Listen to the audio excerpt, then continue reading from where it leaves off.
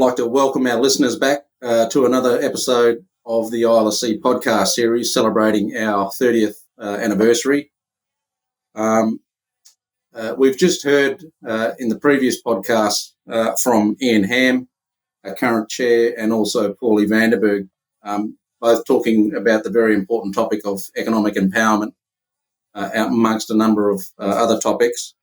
And today we've got another distinguished guest and someone that I've worked alongside for a little over 20 years now, and someone that's been at the forefront of discussions at a national level around Indigenous affairs, native title, land rights, and more recently, economic empowerment. I'd like to welcome Peter Yu to this podcast and just open it up for you, Peter, to introduce yourself. Thanks, Joe. Joe's mentioned my name. I'm currently Vice President of the First Nations portfolio at the Australian National University. I'm originally from Broome in WA. I had a number of different positions over the span of my career,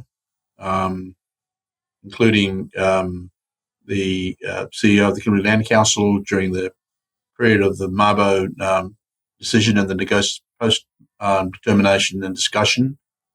Also involved in my native title group, Yaru from Broome, in terms of our native title claim and determination.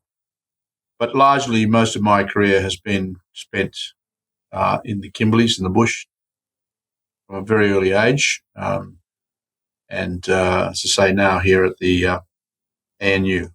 Thanks, Peter. And just following on from that, I just wonder if you could just say a few things about that background, because that's very important in the history of the narrative of this country. In fact, to understand the struggle that Indigenous people have been through, obviously there's many other things, but I wonder if you could just reflect on how that has gotten you to where you are now in terms of economic empowerment. I think I was kind of fortunate and lucky in my early career. I like to say that I kind of did my apprenticeship, if you like, and I was very fortunate to have worked with very senior cultural and political leaders in the bush. I don't have any formal qualifications, so most of my experience has come as a result of working very much at the coalface under the kind of principal instructions and the knowledge that comes with it from senior cultural figures. It has a kind of informed, educated, and provided me with a critical foundation in terms of understanding the history of the fight for self-determination. At the very, for instance, having been involved, including in working for both government and non-government, and then for our own community-based organisations. My initial experiences working in cultural heritage management through the WA Museum as a trainee site recorder, and working throughout the Kimberleys, so working with communities under the 1972 Aboriginal Heritage Act, as it was then, just after the Act was enacted. And then consequently working for the government. I worked for about 4 years with the Department for Community Welfare, first as a welfare aid, Aboriginal welfare aid, both in Broome until I got promoted as what they call a district officer for the department in Wyndham. So I ran the Wyndham office for 2 years in 78 to 79, which covered an area the size of Victoria, largely under the Child Welfare Act, looking at all the kids on the missions and all the cattle stations. So my run was about, from Wyndham all the way to Columbaroo. Usually take about 10 days camping, travelling with old people, and then also down to Turkey Creek and around Kununurra as well too. Yeah. But so that, and then I guess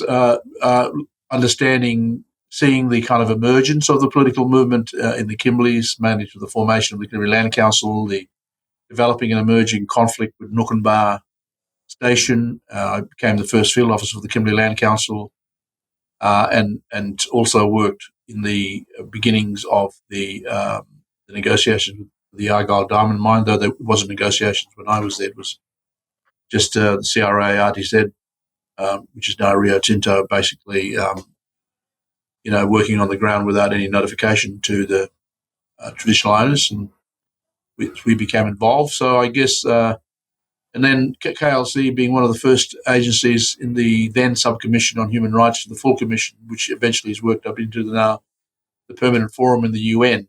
Some of our leadership from the KLC were the first Aboriginal representation, I think, not just from Australia, but perhaps globally as well too. There are other groups there, but during the Noonkanbah dispute. And I guess being on a number of different bodies, I was on the I was asked to run for the National Aboriginal Conference way back in 81.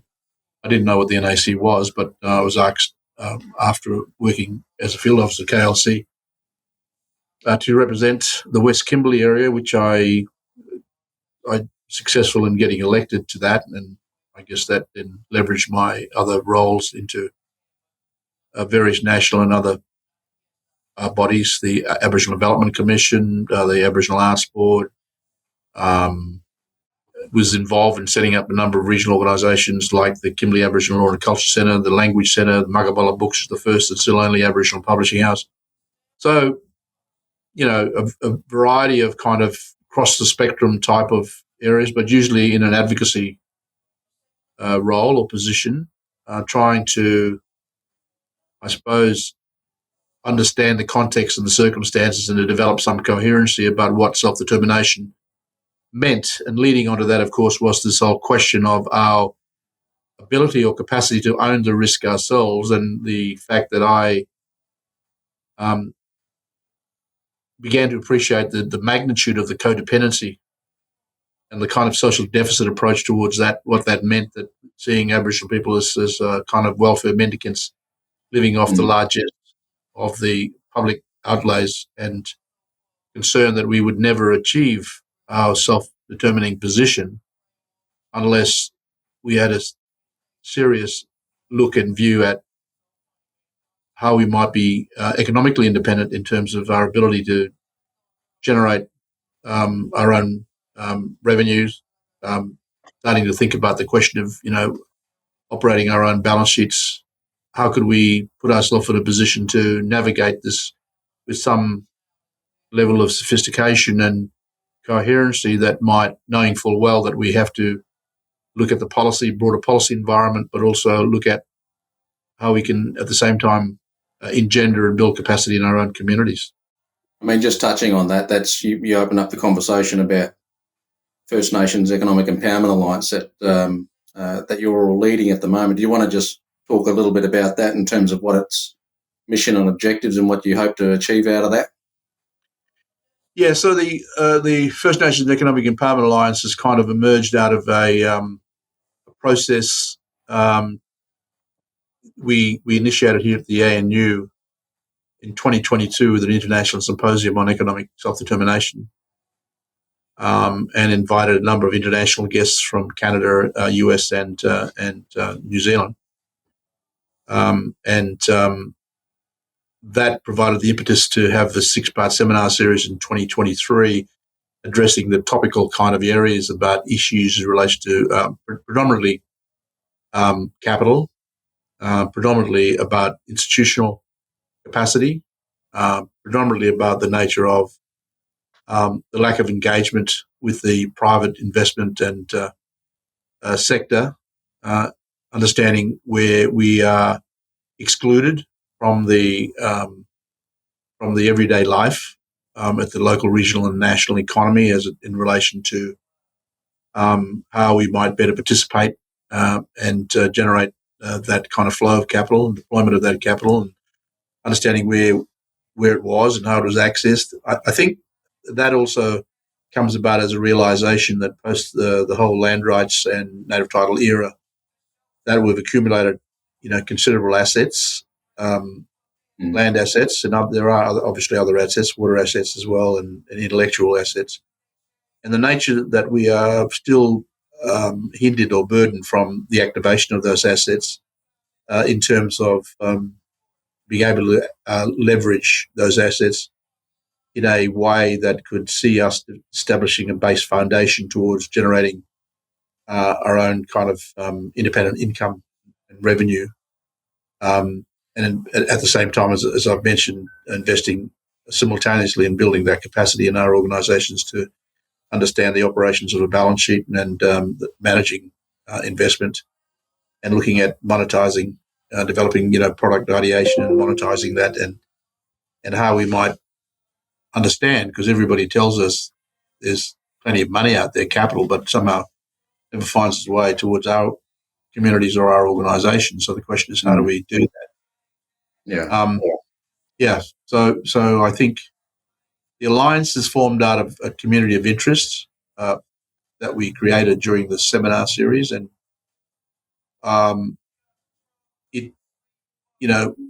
we don't seek to necessarily have a mandate from anybody. Really, we're just kind of people who've grown up with the experience and have either individual and professional relevancy and qualifications. It's not a kind of forced sort of situation in terms of going into a broader national policy paradigm and shifting the dial. It's more about giving people an option.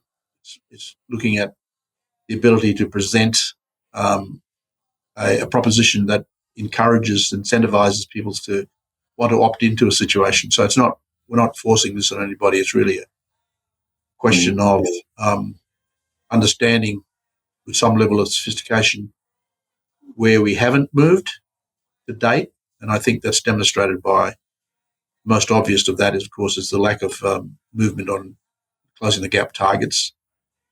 And notwithstanding the quite enormous investment that's gone in there since that particular public policy framework was put in place, which is over 18 years now. And this is not in any way suggesting we don't need the level of investment. We certainly do need the investment. I think the whole question is about the structural impediments and barriers that continue to fail us in delivering the intended results. Yeah. So I think that's the issue. We need the investment, but we need reform as to what the delivery mechanisms and the kind of authoritative structures in terms of particularly dealing with the federal and jurisdictional relationship issues, but also in terms of our Aboriginal leadership. I think that's a significant area of thinking now that and away from whitefellas, basically, how we do this in a self-determining way that's not drawing us into the vortex of assimilation. Yeah. I mean, I think a key thing about that is this shift in the narrative away from this sort of trickle-down approach. We've heard a lot over the last 20, 30, 40 years about Indigenous economic development, but what we haven't talked about is a narrative around a structural shift in the upper levels of government and the corporate sector in particular about how to bring Indigenous people into the national narrative around Indigenous wealth creation. That's a key part of the alliance, as I understand it. Did you want to just say a few things about that, and also how you think connection with our international brothers and sisters, particularly from Canada, has helped to shift some of that? I don't think economic rationalism has actually worked in any impoverished or marginalised communities. I'm not an economist, but having witnessed a number of things over my lifespan to date, I haven't, as you put it, the trickle-down effect has failed to materialise in terms of changed circumstances that we find ourselves in. Because you need specific targeted investment and you need to have a kind of concurrent strategy. Again, this area of capability in building bespoke governance and management capacity at the same time, building the professionalism at the levels required to be competitive in the mainstream marketplace. Because the whitefellas aren't going to be sympathetic to us. They, people say the money is there, but we're not able to access. Why isn't it there? Because the kind of banks and other institutions hold various bias and prejudices in terms of our position as borrowers and lenders, and there is no kind of credit facility that looks at the affordability of finance given our circumstances. We're in a different situation. We can't, with the stroke of a pen or a wave of a wand, all of a sudden be competitive in the mainstream money markets as others have been doing it for a much longer period than we have. So we have to acknowledge that. And largely, the fact of the matter is that the trickle-down effect is largely it's a circular economy where we see the return of benefit mainly through the particular investor community or the kind of major corporates that themselves are looking to borrow finance for major infrastructure and other projects. And in our circumstance across Northern Australia, of course, that's the extractive resources industry. So I think what we've learnt also from our experiences in Canada is that they're likely, and as you know, we signed the MOU. We're co-members of the MOU signed in 2023 with a number of the key institutions under the 2005 Fiscal Management Act, the First Nations Financial Management Board, First Nations Financial Authority, and the First Nations Taxation Commission.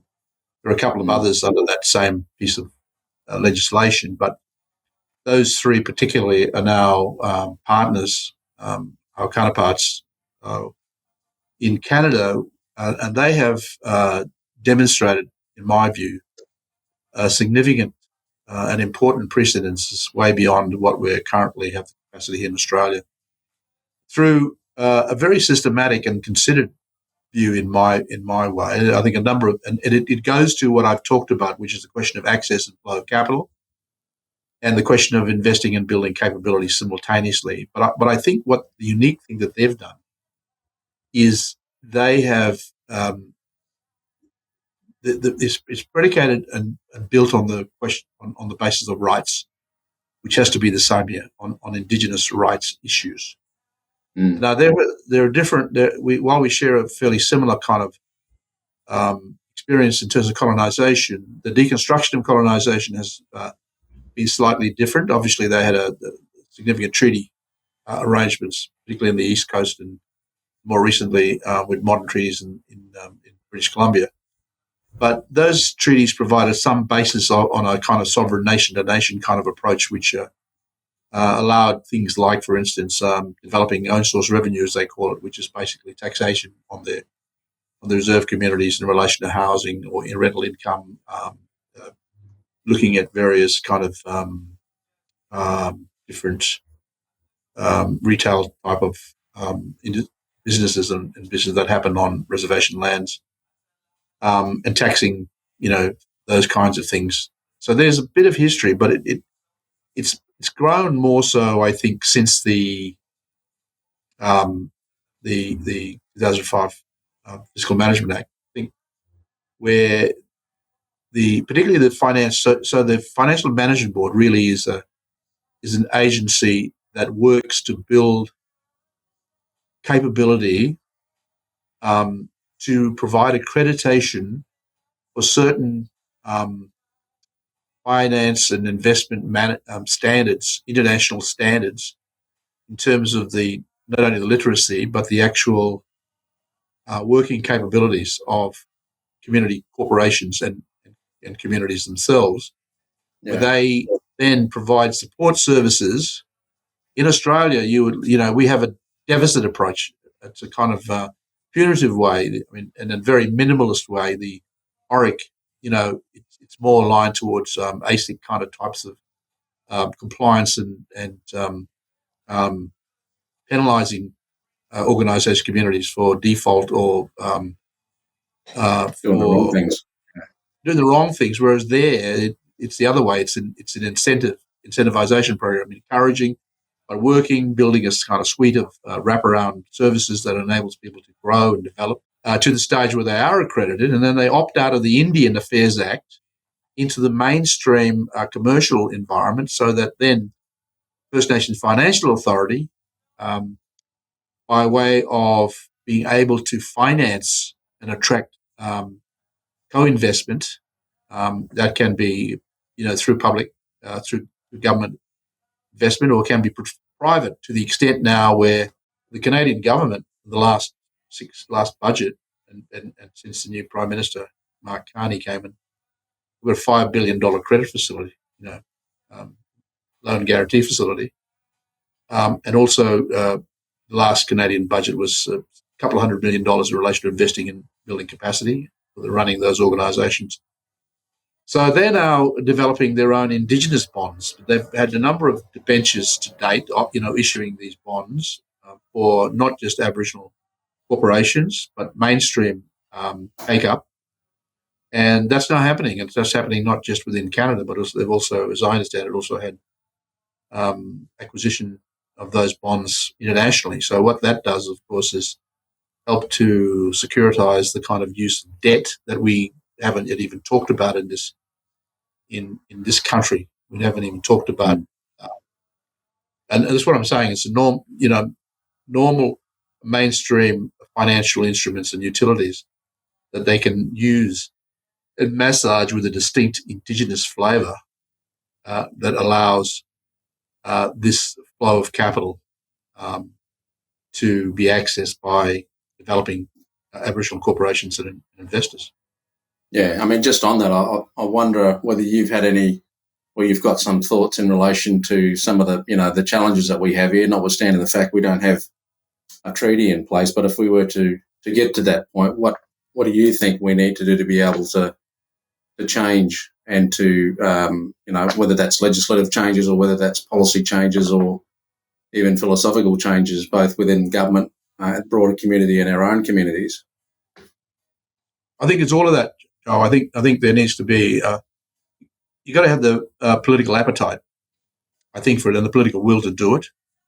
That would be very, very helpful. And there is an emerging and developing interest in that area. We heard the Prime Minister mentioned that at Gama last year, after we had advocated to him and the Treasurer and also various heads of Commonwealth departments about the fact that we have never had a fiscal policy relationship with Aboriginal communities and Aboriginal Torres Strait Islander communities in Australia. So we needed to get that acknowledged, and that's been acknowledged. We also got the Prime Minister to say that publicly. We also was able to attract, not us, but a combined effort, but largely through the Alliance's advocacy, the $16.9 million in MyEFO in December last year, which is agreed to set up a process to negotiate a new national partnership framework on economic development. That's underway at the moment, and we would hope that there's in principle agreement. We're obviously working with the Coalition of Peaks to do that. I think if I was honest, I'd say that the nature of the National Partnership Agreement as a predominant national policy is something that warrants kind of a major review, because I think the government has limited its horizons by thinking about this in a social deficit way and not looking at this purely from an economic standpoint. And I think that we don't necessarily want to over-bureaucratise the nature of developing relationship in the economic space. Yeah, I think that's important. I think so hopefully that agreement will be signed off fairly soon. We'll be able to get down to the details. Some immediate changes, I think, an obvious one to me, and it will likely involve at some later date, and I'm not sure, the timing, but which will involve obviously the ILSC and IBA, the current kind of statutory instrumentalities in relation to this space working on behalf of the community. So there'll need to be some adjustments, but initially I think where the opportunity arises, and it's aligned to the federal government's economic and prosperity policy, is around the question of the moving to renewables, dealing with climate change issues. I think the question of looking at the access to critical and other minerals to be able to fuel the development of that. The government's Made in Australia major policy initiative. There are a number of these special investment vehicles, CIVs, which total about over $200 and something odd billion, which of course underpin the nature of the government's economic and prosperity policy, largely established to be able to lower the hurdle rate to invite participation of private investment. I think that and I worked recently on the review of the NAIF, North Australian Infrastructure Facility, which is a $7 billion one set up in 2016 by the by the coalition government, but that has a general reference in their investment mandate to ensuring a Indigenous engagement strategy, which again is largely tokenistic and largely aimed at kind of labour market force in terms of getting employment levels up through major investment. It's supposed to be a last resort kind of a bank, if you like, because of the various dynamics and circumstances of attracting large-scale investment in Northern Australia. That's effectively a continuation of the trickle-down effect, really, isn't it, in some ways? Absolutely. That's clearly in my earlier comments, I was really referencing that example where it's failed to materialise and demonstrate how that is in any way. Because, in fact, since 2016, there's been not one provision of a loan. They don't provide grants, so there's been no one provision of a loan. Part of the reason has been operating at a higher threshold level, not to kind of looking at the more smaller to medium-sized type investment opportunities, and largely targeting the kind of mining and other extractive resources industry. But last year, the government provided $500 million out of that from NAIF for the critical minerals space, but not $1 for Aboriginal equity or participation in investment. And similarly, the others. So you're asking me about what do we need to change? An opportunity would be for us to engage in productive or good discussions with the civs as to how we might bring to bear some clear Aboriginal participation and involvement and advice about looking at adjustments of each of those where it's relevant, the investment mandate that identifies specifically Indigenous interests. Now, be that way of policy, be that way of looking at the more small to medium type enterprise loans, even looking at possible grants, looking at the question of the appropriation, a special appropriation or a carve-off, ultimately leading towards, I would hope, an Indigenous-specific special investment vehicles. That's where I think it could involve the ILSC and the IBA.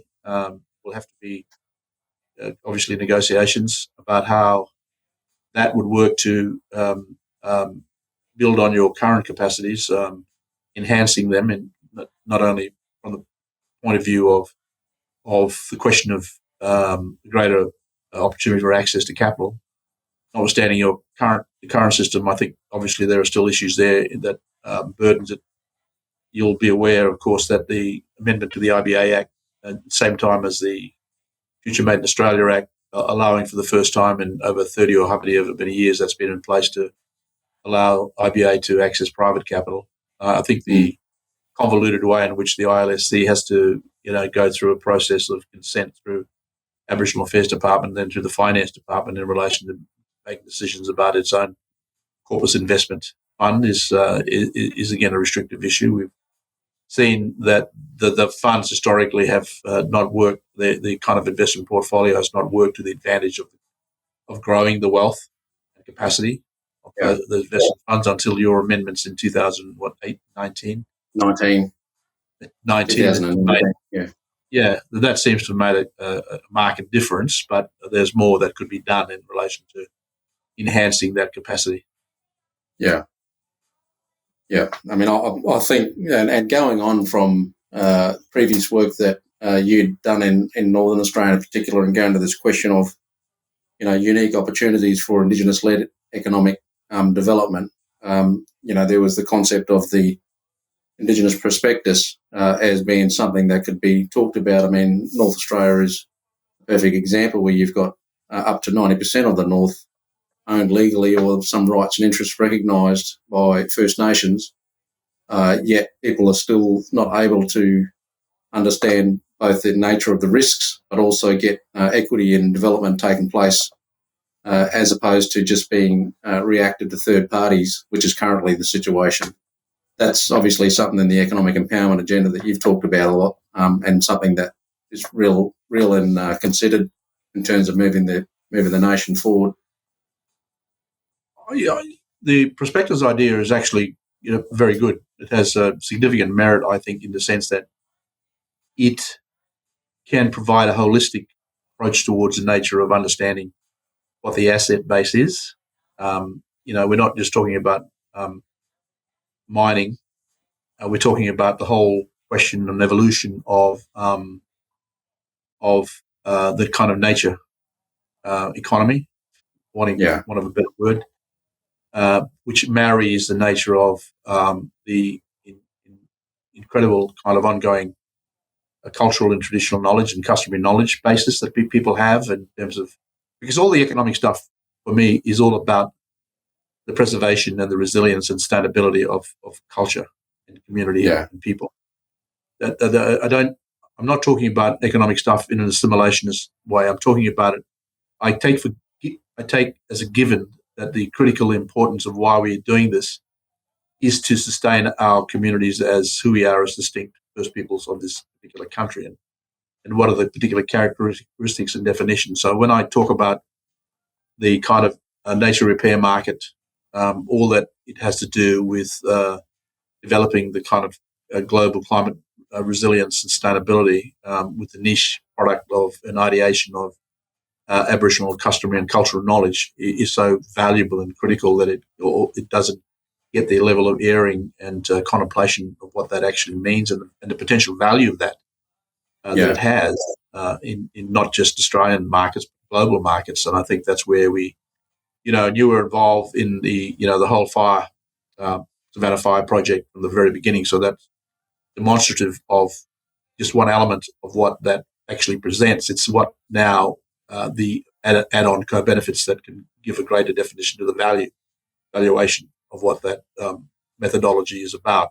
So I think the prospectus idea is not just about a strict kind of commercial or financial investment strategy or methodology. It's that as well, because it needs to be that. Because people, you need external.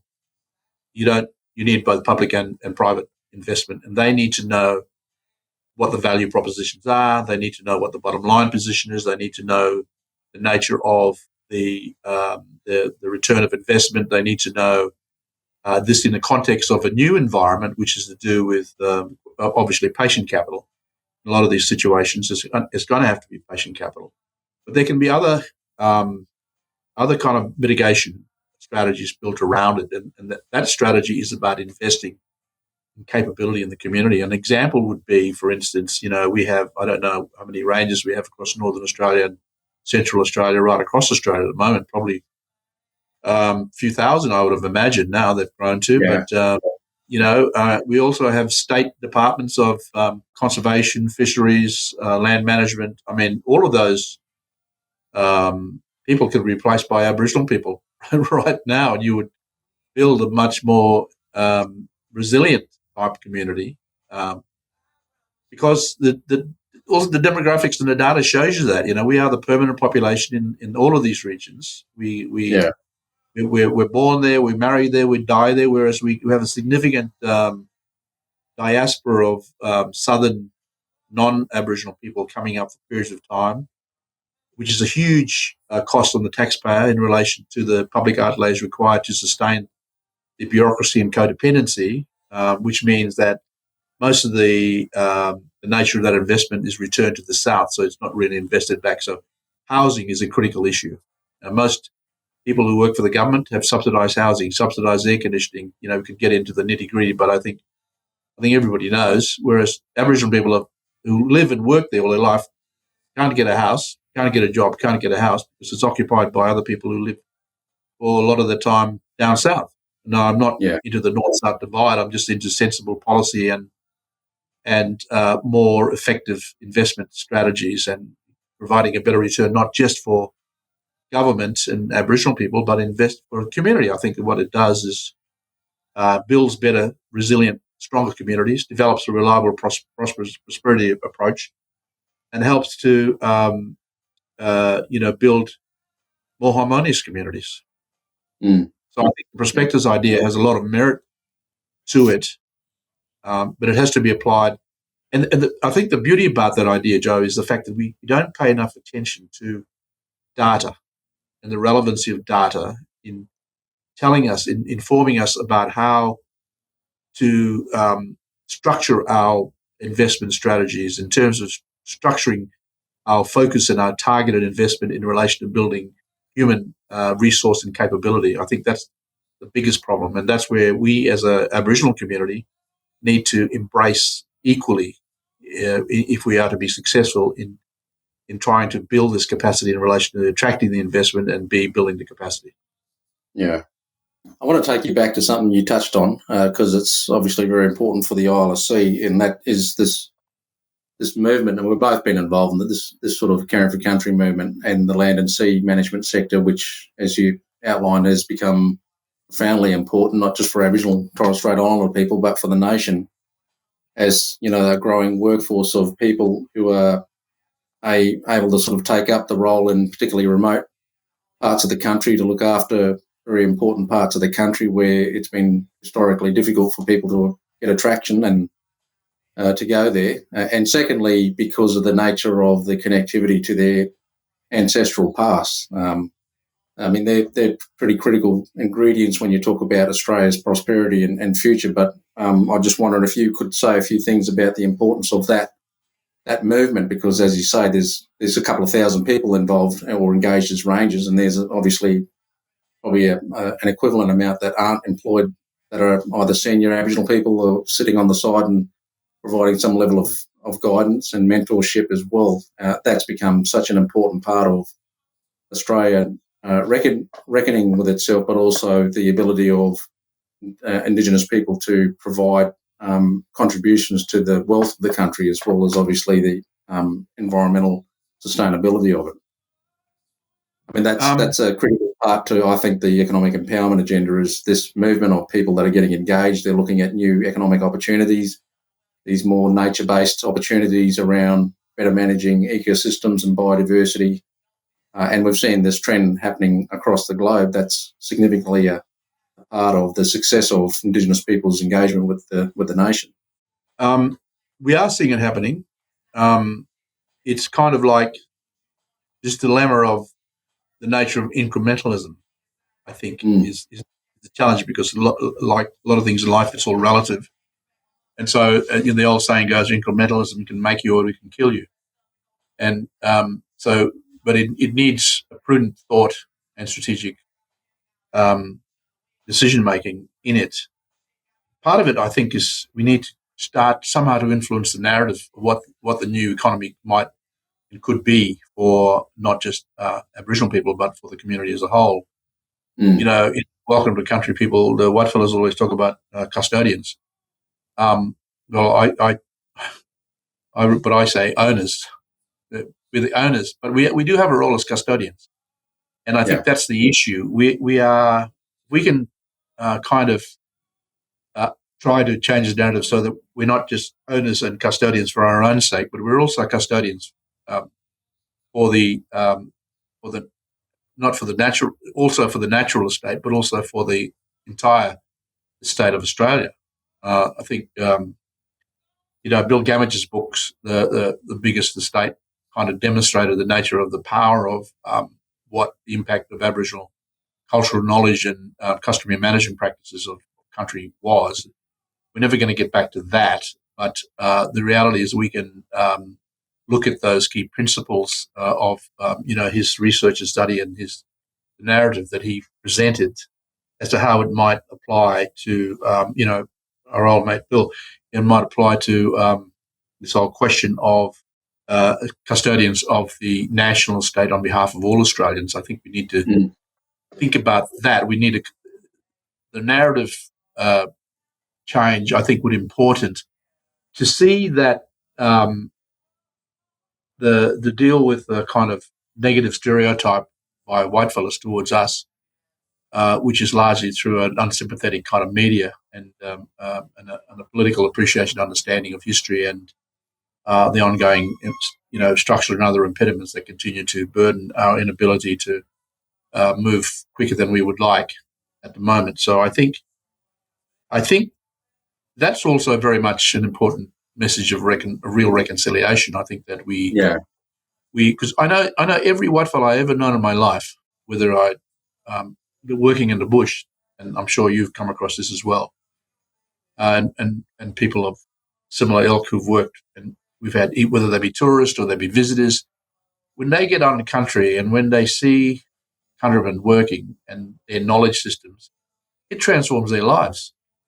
Their kind of worldview and perspective from a very narrow urbanized environment that they've come from with little very historical or educational background or knowledge to be astounded by the nature of this incredible legacy of knowledge that we have, generally and specifically across the country, no matter where you are, no matter whose country you're on. Yeah. That is an enormous value proposition that is not fully appreciated to the extent that we can't get that kind of support at the moment, political support. But I think at the same time, we can't sit and wait and expect that that's going to be coming. I don't think that we can afford to do that. I think that we need to ourselves develop a much more sophisticated approach to the nature of how we pay attention to what we need to do. How do we own that risk ourselves? Because I don't think that we know for now over 200 years they're not going to give anything to us on a silver platter. And that ain't going to happen. And we can't sit around waiting for Godot. So it's what our combined intention and coherent leadership is between ourselves. We're needing to develop some level of maturation away from the individual politicization of people in important positions who are leading change. We've got to. I don't know how we deal with social media, but it's a huge, I think, challenge for us as Aboriginal people in terms of the learnt negative experiences of in colonisation, where we look too much inwardly at times, where we have to kind of put that aside. So I think that we need the strength, and we need the leadership, and we need the goodwill of our own people to deal with becoming more considered and less vitriolic, but more open. We don't have to agree with it we say. We don't have to agree. Nobody's ever going to agree on everything we say. And accepting of other views. And giving it a chance rather than killing it before it gets a decent and fair hearing, Yeah. I wonder now, just turning back to the ILSC, I mean, you played a significant role in the discussions and the negotiations to establish what was called the ILC at the time, with the group negotiating with Keating, and then you became the first deputy chair with David Ross, who's also going to be on this podcast series as well. What do you think about the role of organisations like the ILSC in this economic empowerment agenda? I think probably it's why we're having the conversation right now, and also because what we're kind of trying to navigate in terms of how do we build on what the ILSC has been, what it could be. I think it played an important role at the time. You got to remember this is about 30 years ago now. In fact, probably 30 years ago with Mabo, post Mabo, and then with the Native Title Act and the ILC, and with the Failed Social Justice Package. That's the last kind of major national policy discussion and decisions that were made. It's been a while, so I think that we've got to build on the ILC's successes. I think we do need. I think the ILC could become more involved in the commerciality of opportunities through developing an investment stream that is working. Because in some ways you've got dual responsibilities in a lot of ways. One is to work with those communities that can not only acquire back their traditional another country, but also at the same time ensure that there is a level of capability in terms of any handover of that ability for them to run that enterprise themselves. So you kind of burn, but it's not very clear and distinct about how or where the investment to actually do both of that to the required level and the standard you need to, I think.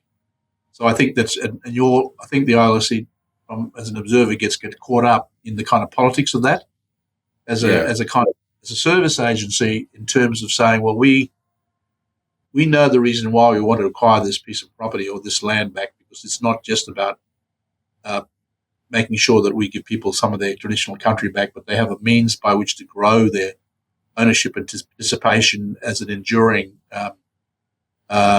piece of development commitment that we have.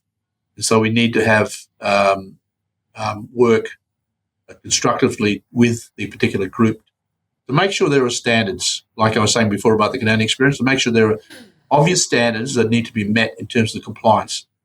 Yeah, and incentivise it. Incentivize it, provide the kind of suite of wraparound services that are able to do that, but at the same time provide very strategic advice about access to further capital, whether that be through ILSC or whether that be through ILSC having an equity position in it, and so whether it has a kind of a borrowing capacity so that it can lend itself towards the nature of securitizing any kind of issue of debt. I mean, given the issue of what your collective value of the existing land assets that you might have had previously or might have you have now, if you look at the ones that you've handed back to community and what sort of value that might have. Because, yes, you can hand back that land, and I'm not sure what the success or what the rate is once you've handed it back and people are running it themselves. I imagine it takes a long time to be able to build that capacity so that people can stand on their own 2 feet without requiring any further advice. But I imagine you'd have some concerns and worries that you may need to be around to ensure to guide with the nature of the resources and advice that you have, specialist advice that you might have from SMEs. And we all need that. That's not saying anything bad or negative. It's saying, look, we're coming from a low starting base where we don't have all of the knowledge base and we don't have all of the. We have to accept that. We've got a lot of what if in our communities. We get a lot of speculation about what we can and what we want to do, but we have to deal with the realities of the transactional nature of investment and investors. So we have to face that reality, but we can.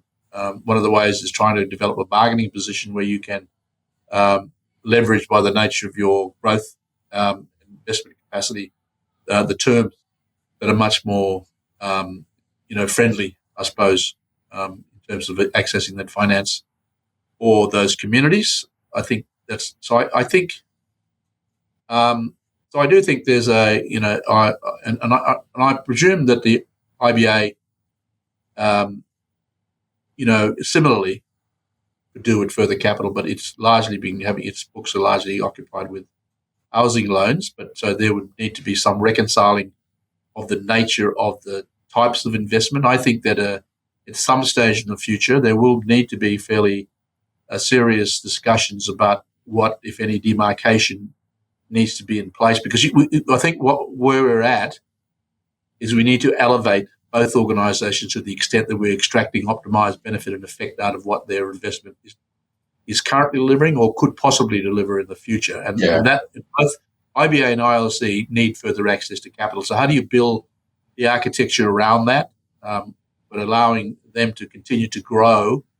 So I don't think some people will question, this, but I do think it's a question of building on what we've currently got working and as I say, providing with a greater degree of effectiveness, allowing, the kind of flow of the capital required, but being able to deploy the type of capital that's required as well in the different and varying circumstances of where we might sit on the kind of on the learning pathway as to our own capability. But the critical principles is mentoring, coaching, building a wraparound kind of services to these corporations, not placing them at risk too earlier on. And I don't say that in a patronising way. I think that that's clearly where there is capability and people are ready to go, well and good. But I would say the majority of people, because, after you sign the agreement, we know we're dealing with historical trauma issues. We know we're dealing with we're trying to deconstruct colonisation. So we're dealing with intra-community and other disputations. We're dealing with people who have an idea. Some people are very excited about these ideas. Other people are very not so sure about it, so risk averse. You're dealing with all these different dynamics and circumstances. You want to make sure that that's all built into the kind of model that you're able to do that. And in the negotiations, it's sometimes very important to have external third party interests that come and provides an overarching support base. So you're bringing relief. You're bringing relief to the nature of the confidence to the community corporations and businesses that they've got support. I think we need that, and I think that so that they're not feeling isolated and being left alone once something the deal is struck. That they know, because most people got nothing, and it's not unreasonable when you get a deal struck. They expect something back, and giving something back, it's also about establishing your bona fides and the trust relationship, so you start to build confidence. Because otherwise, all of the trauma transfer issues play a role in the nature of people's mistrust. Yeah, no, very, very important. And there's a lot of food for thought. And I think there's actually, I'd say at least from the chair and myself, there are thoughts running around in our heads at the moment about a structural shift or change to the ILSC that's beyond just tweaking at the edges. I think that there's a very different environment that we are living in with the number of corporations around post determination, PBCs and so forth, but also I think the appetite for Indigenous people to get involved in equity developments on their country, I think, has also grown, particularly as we've seen the new emerging economies around clean energy and so forth starting to come to the fore in people's minds. That's getting pretty close to the end of our conversation here. I just wondered if you have any final thoughts, Peter, in relation to the economic empowerment agenda. There's a lot that's been covered here today, but have you got any final thoughts or parting words of wisdom that you'd like to leave listeners with? Oh, look, I think we have a changed demographic in relation to the current land, indirect and direct land asset, accumulated land asset, roughly about 67% nationally, and across Northern Australia, I think it was 80, 90%. And that will continue to grow. We have an emerging and developing appetite for participation in the local, regional, and national economy. We don't have the institutional framework that we need to build to ensure that this can be done in a orderly and coherent fashion. We need to make sure, though, simultaneously we are continuing to acknowledge the reason, the purpose why we need this to change, need this to happen. And that's largely, we talk rhetorically about acknowledging our elders and our families. I would hope that we can demonstratively indicate that the genuine nature of our intra-Aboriginal partnership and commitment is towards demonstrating what that respect really means and is, and that so that what we're instilling, because I just really get worried about social media and the ongoing assimilations process. And I just hope that by the nature of giving pride through the capability of owning your own country and land, we've never given it up. It's always been Aboriginal land, but now it's manifestly in a different modern environment. We're moving towards this whole question of Indigenous modernity. What does Indigenous modernity mean in the 21st and 22nd century? How do we start to prepare for that shift? And who do we need to partner with that? The world is challenged. The kind of moment, at least anyway, with the only certainty is uncertainty. So nobody else is going to, and we're not outside the realm of influence of the geopolitical kind of situations happening currently. There's a much more conflicted world. Governments and other bodies are more focused in on the nature of maintaining a balance and continue to having a prosperous economy. But in it, we're just a little black dot on the radar that doesn't get the due attention required on the agenda that we have. And unless we do that ourselves, nobody else is going to do it. And I think that it requires consideration to be less selfish, more attuned, less egotistical, less driven by turf wars, be more attuned towards repaying the nature of our respect to our senior people. I'm reminded that I was given this opportunity by my senior cultural leaders in the bush. I have been privileged to have had that opportunity. I wouldn't be here and had the opportunities I have had. So I think that most of us are in that position. If we think about it, we give lip service to it at a very superficial level. But I just like to see us putting a bit of meaning into this and just put aside, and I'm not naive, but think about what the alternative to the nature of current nature of distraction from what it might mean dealing on a more negative side. But we can't allow that to stop us. We've got no option but to proceed on this economic pathway. Very, very sage words there. I want to thank you, Professor Yu, for your time today and for your contributions overall, and also obviously your time being on the first board of the ILSC as well, and your ongoing support for the organisation. I'm just wanting to encourage listeners to check out the work of the Economic Empowerment Alliance. You can go to ANU's First Nations portfolio website and have a look and see what's going on there, and to subscribe to the updates that's also provided there. And just a heads up for the listeners, we've also got Barry Hunter following this as well. Barry's someone also that's had a little bit to do with Peter and I in our former roles with the North Australian Indigenous Land and Sea Management Alliance.